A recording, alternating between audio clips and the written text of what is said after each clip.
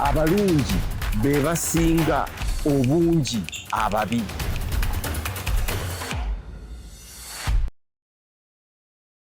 Abandaba mwebale okulaba Dream TV, mwebale nnyo abakulembeze mwenna ab'amadiini ab'ebyobufuzi. Mwebale naye simanyi na bye neebaza kubanga saagala kwebaza muntu olw'ensonga nti tulina kipande ekibeera wali Nateete nga kigamba nti welcome to Kampala. Kakati ekipande ekyo kyo kiga nti welcome to Kampala naye kyo tekijja Kampala, kyo tekivaawo wali Nateete ne kitambula naye kyo kikula.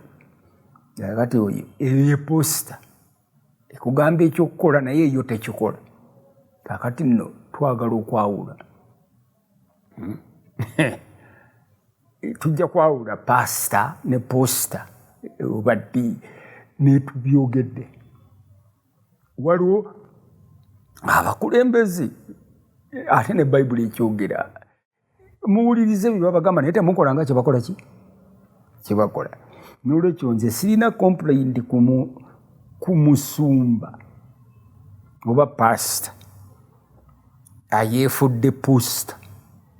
Simulinaako nga bwe sirina bwe siba na mutawaana na posita erenga nti welcome to Kampala.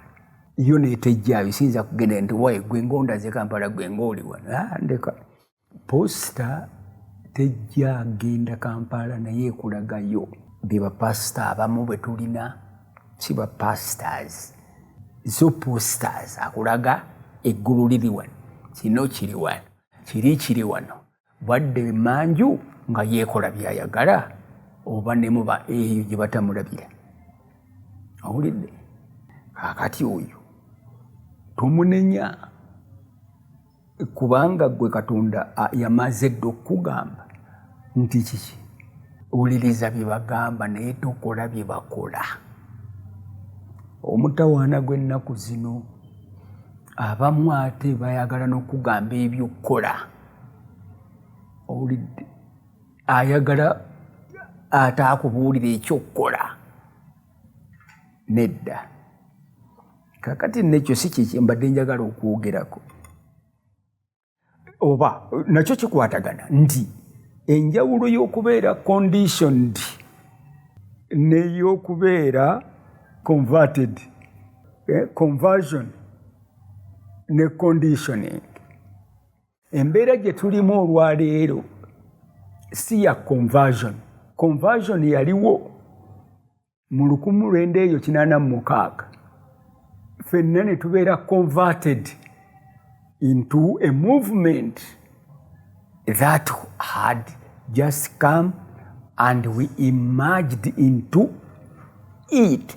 Nga tulinga nga abakonvatingibwa twafuna conversion. Waliwo enjawulo wakati w'okubatiza. Okubatiza kuno okw'okunnyika mu mazzi eyo nno eba conversion. Baakunoonyako conversion. Naye ate waliwo embatizo etaliiko yakunnyika mu mazzi. Kakati eyo eba ki? Conditioning you to be in line of that. Naye nga toli converted. Twali converted mu 1986. Naye olwaleero kati we tuli tekyali conversion at all. Embeera gye tulimu tuli mu being conditioned to be in line with what is the status quo. Conditioning omuntu kinabanga buconditioning embwa nga yo erya ki kawunga. Naye nga embwa teri suppose kubanga erya kawunga kakaswali embwa eri suppose kubanga erya nnyama. Naye oyinza ogikola ki? Okugiconditioninga nebanga erya kawunga k'ogiwadde. Embwa za Pavlov yazigezesanga ng'agenda oziwa emmere n'akuba ekide baba n'aziconditioninga musaake we nti bw'akuba ekide aziwa emmere. Buli yakubanga ekide ng'aziwa emmere. Now tazikonvatinga aziconditioninga kubanga ye yali ayagala amalusu gaazo okukola experiments. Lumu akuba ekide teyaleeta mmere. Embwa ziri conditioned okulowooza nti emmere ejja n'akamwa kaleeta amalusu. Pavlov n'akuŋŋaanya amalusu ge yali ayagala. By conditioning the dogs nti bwemuwulira ekide emmere ejja. Kakati olwaleero tuli mu embeera eyo eya conversion yaggwawo. Twayingira embeera ey'okubeera conditioned, kwata lino kwata wano kwata wali. We are no longer being converted into anything ekiri awo ekipya. Kubanga bw'obeera converted okyuka ekibadde ekikadde kifuuka kipya. Tetulina oyo ayinza okutuleetera conversion eyo nga si conditioning. Conversion eyo mu kintu ekipya ekirala nga tujja kuba submerged mu kyo nga tukyagala era nga twagala okukyuka ebikadde bidde bujja. Gye tunaakoma okubeera conditioned kijja tuzza mu mbeera gye twayitamu edda nti ekintu ekyatabula wano ly'eggwanga okuba ne ab'ennono n'ab'obufuzi abasomye, ekyo nkyogedde emirundi mingi, abasomye, then na ame yajja okusobola okuteeka okuconditioninga abantu nti mubeere musululu moja. Ne tubeera conditioned mu mbeera etajja kukyuka. Twetaaga conversion into a new day. Nze nkakasa nti eno revive ejja Katonda kyaja twagaze eyo. Bannayuganda twetaaga conversion, so si conditioning. Mwamube muti mwamukole kino. Kakati ebyera bye bireeta opposition, kubanga opposition emirundi egisinga baba tebaagala kubeera conditioned. Bw'ogamba nti njagala enkyukakyuka, you are now trying to put people, to condition people again into the line-up of that confusion. Kyetulina okuvaamu. Mukama atuyambe nti conversion eno oba tufune omuntu oba embeera ejjo tujja mu mbeera eyo ey'okubeera conditioned tusobole okufuna kiki. Kubanga era bye mutugamba muna abazungu baleeta education tetwali converted into it as such. Baleeta to condition us to do what they want. Basome batukolerere. We were conditioned, not converted. Nze nkakasa nti eno revive ejja twagala conversion. Newankubadde oba obadde musumbu oba mukulembeze waawa my dear.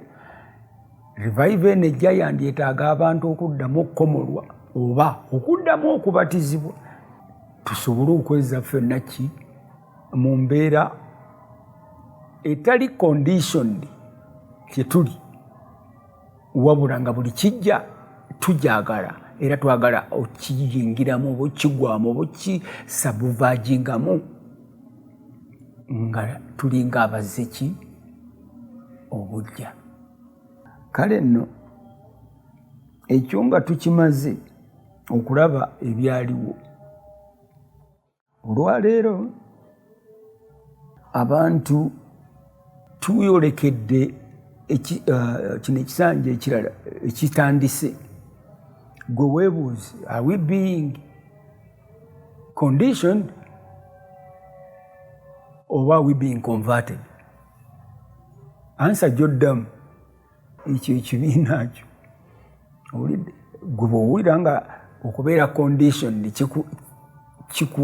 kikukolera kitwale. Naye conversion my dear, abamu kibatwalira ddala okukomolebwa. Ekintu tulina ffenna kaakati okukirwanyisa. Let nobody condition us mu kavuyo, to condition us to be able for him or them to survive on our ambiguity, obutategeera kiki ekiriwo oba tuli mu kanyamberege oba katyabaga oba kasambattuku, tuli awo. Naye bwe tubeera ddala nga tuli submerged ng'abantu abali converted into a new day, tujja kwanguwa okudefininga bino byonna, tujja kumanya obulimba, obubbi, obuddu bijja bitya. Lwaki bijja? Lwaki tuli bwe tutyo? Kino tekyetaagisa kubeera munnaddiini wamu byabufuzi. Obutabba tekyetaagisa kubanga oli munnaddiini oba nga tuli munnaddiini. Obutenda tekikukolingisa kuba munnaddiini wamu atali munnaddiini. Waliwo ebintu ate omuntu naawe ng'omuntu ddala by'olina okutuula awaka ne weesalirawo. Naye kati baatukonditioninga okutya. Mbadde ndina omwana anvuze mu mmotoka ne mugamba nti omanyi nze saagala mmotoka zino, ne mugamba nti zikanga nga ffe abaakulira mu mamundu mu ntalo, abantu batukonditioninga okutya. We are conditioned to fear, a condition which we never submerged into as a change. So tuli awo, waliwo bwe tuyinza okwekolerako ng'abantu ne tukyuka, naye nga tuli conditioned to fear. Bwe balaba totya nga bajjayo emmundu, bwe balaba totya kale ne tubeera awo nga ekyo tuli conditioned gye kiri. Buli lw'owulira nga amasasi gavuga ng'otya nnyo, olwo weekweka okumala ennaku 5. Condition to fear. Babo basobole to prey on you, okukulyanga kino ekiwalampa vakedo, ekinyunyunta vakedo. Kati omuntu bw'oba oli condition to fear, tolina ky'oyinza kulwanirira, tolina ky'oyinza kwogera. Abasajja bali eyo abayivu abalungi abagezi, olwogerako booneka owaye gundi ava wano ffe byo si bye tulimu.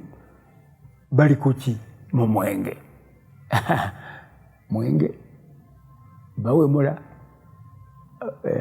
balya, owulidde, bavuma, bageya, bawaayiriza, ebyo weebiri. Naye bali conditioned to fear. Olina okuba nga otya buli kaseera, kubanga bw'oba otya buli kaseera teri ky'oyinza kukola. Ne Bayibuli ejja kugamba nti okutya tekuva eri Mukama, kutya kuva eri Sitaani. Kati omuntu bw'akuteeka mu condition ey'okutya, aba Sitaani oba malayika oba ki? Abaavudde wa Katonda? Nedda.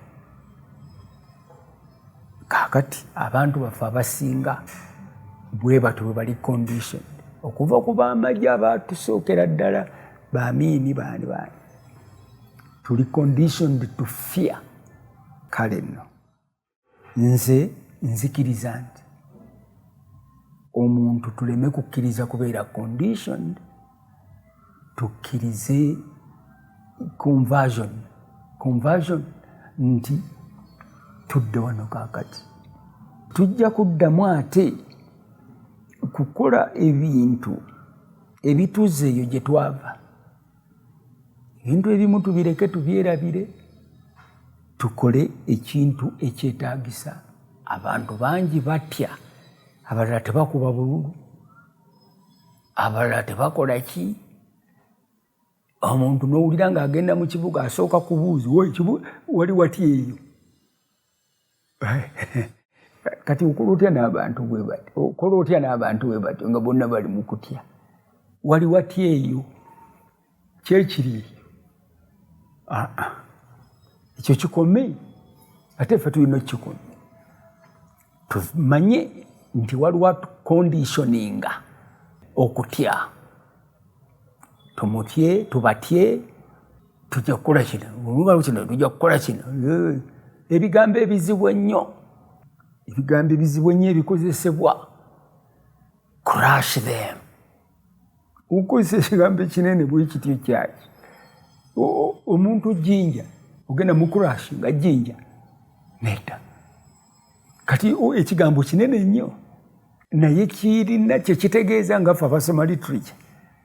Anda Tony yakyegamba nti mutye, because we are not only going to talk to you but to do what, but we shall crush you.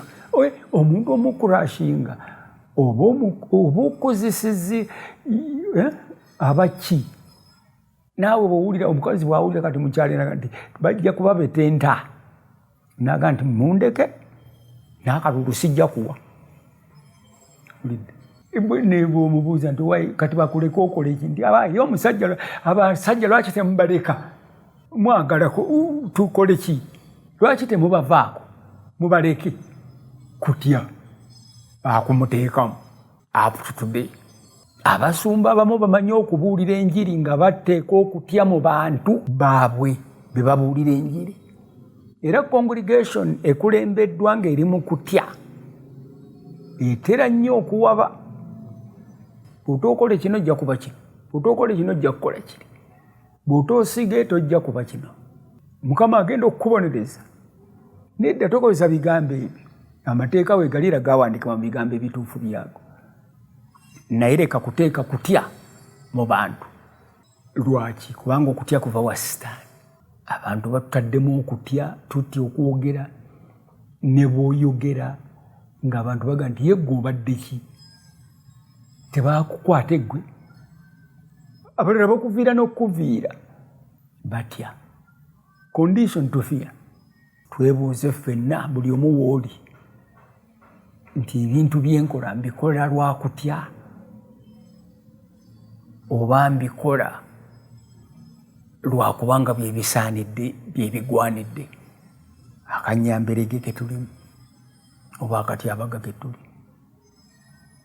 Ekyo bwe kinaavaawo mujja kulaba abantu nga bayimirira okwagala eggwanga lyabwe, nga bamanyi nti tewali atutiisa, tewali ali ready to crush us. Okunako kutya nja kukuba, isala wano olabe, nja kukuba. Omunayogera ekigambo eri mu kyalo waliwo akavubuka ggo nali bagambako go googera ebintu na bibi nnyo, nja kutoba. Abantu bannaye omuntu wengenda okulwana naye agenda kukola ki? Gyagenda kutoba. Akuteekamu okutya olw'ekigambo kyakoze eki. Ne wagambye okusala tosalawo. Ebigambo ebyo ebizibu n'amawulire gaffe ge bikozesa. Lopo, slapsi, slamuzi. Manyi ebigambo bizibu nnyo bye bakozesa bikambwe. Simanyi ani slamuzi oba ebigambo sibimanyi na bulungi naye mubimanyi mubiwulira n'amawulire ge bikozesa. Gundi aboggoledde gundi. Ebigambo sibimanyi nabimanyi, saagana kubimanya.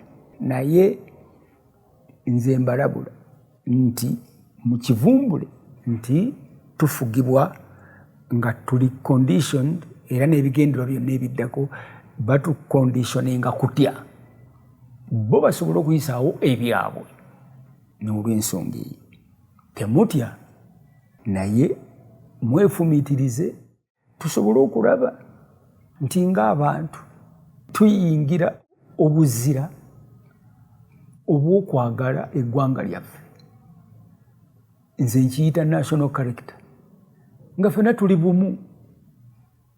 Tewali ayagala kutiisatiisa muntu. Ng'oyo omukulembeze wa Amerika kati byaliko ebigambo byayogera oba simanyi omanyi AI kati ekola buli kyeyagala. Naye waliwo omuntu ayogera ebigambo nga bizito nnyo. Eno ali eno ye ayogera bizito omukulembeze Trump. ali abasajja bamuga nti waayi kola kino ffe tulekeraawo tono naye tetujja tulekeraawo naye tebakozesa gagambo gajja oba okweraliikiriza ensi yonna nga Trump yaga nti civilization yegenda kukoma mu ssaawa simanyi 12 akutiisa omutye atiisa kati Abaamerika bamutye emisango gyonna agiyiseewo ekije wanaaviirako nga yeesonyiire naye nga ebigambo byakozeseza mu kutiisatiisa byakabi era Abaamerika abasinga ne batya omusajja mumuleki kubuuza lwaki akyaliko batya mugambako n'ababe bennyini ne Congress yabateekamu okutya n'omutya n'abakonditioninga nakati bali ku kutya okuva ewa sitaani okutava eri Katonda ewa Katonda wavaayo magezi waliwo akabuuza akangu kalinga akangu naye nakaweereza waliwo oyo omwami yali mukwano gwange edda naye namuba eyo naye nakati akyali naye nti omwana w'omuntu talina wassa mutwe gwe naye ebibe birina we byebaka omwana waani w'omuntu kakati njagala ekintu ekyo kirowoozeemu mu ngeri endala nti omuntu w'omwana yaani ekyo anaakinziramu ajja kuba atuyambye ffenna waliwo okubanga oli omwana w'omuntu oyo atalina wassa mutwe gwe ng'ebibe birina we byebaka omwana w'omuntu tumumanyi naye omuntu w'omwana eyagala mukeefumiitirizeeko akantu ako mpola mpola kajja kujja twawule omuntu w'omwana n'omwana w'omuntu kale nno ebyo nze bye byange byentera okugamba abantu ne beefuula mbu tebabitegeera beefuula bwefuuzi babitegeera naye okutya ne bwe babitegeera nti tuleke ebyo tetubitegeera kati gwe oyagala byotegeera byokka awo tunaava mu kifo wazaalibwa Masaka Misebe kangende Misebe waffe tovangayo okumala emyaka gyonna 5 gy'okulidde ebiri ku kyalo kyonna obitegeera tewali kyotategeera naye tovangayo eyo kakati gwe olugenda kubeera eyo oyagala byotegeera byokka onoova mu kifo era tojja kuvaawo ojja kusigala Misebe emyaka gyonna kubanga oyagala byotegeera byokka omuntu tetugwanidde kwagala byetutegeera kubanga olwo olutalo oba oluggadde byotegeera oba obiwangudde kati oba osigaza lutalo lw'ebyo byotategeera era olina okunoonya byotategeera kubanga byotegeera olwo olutalo walumala olidde kati noonya byotategeera okitegedde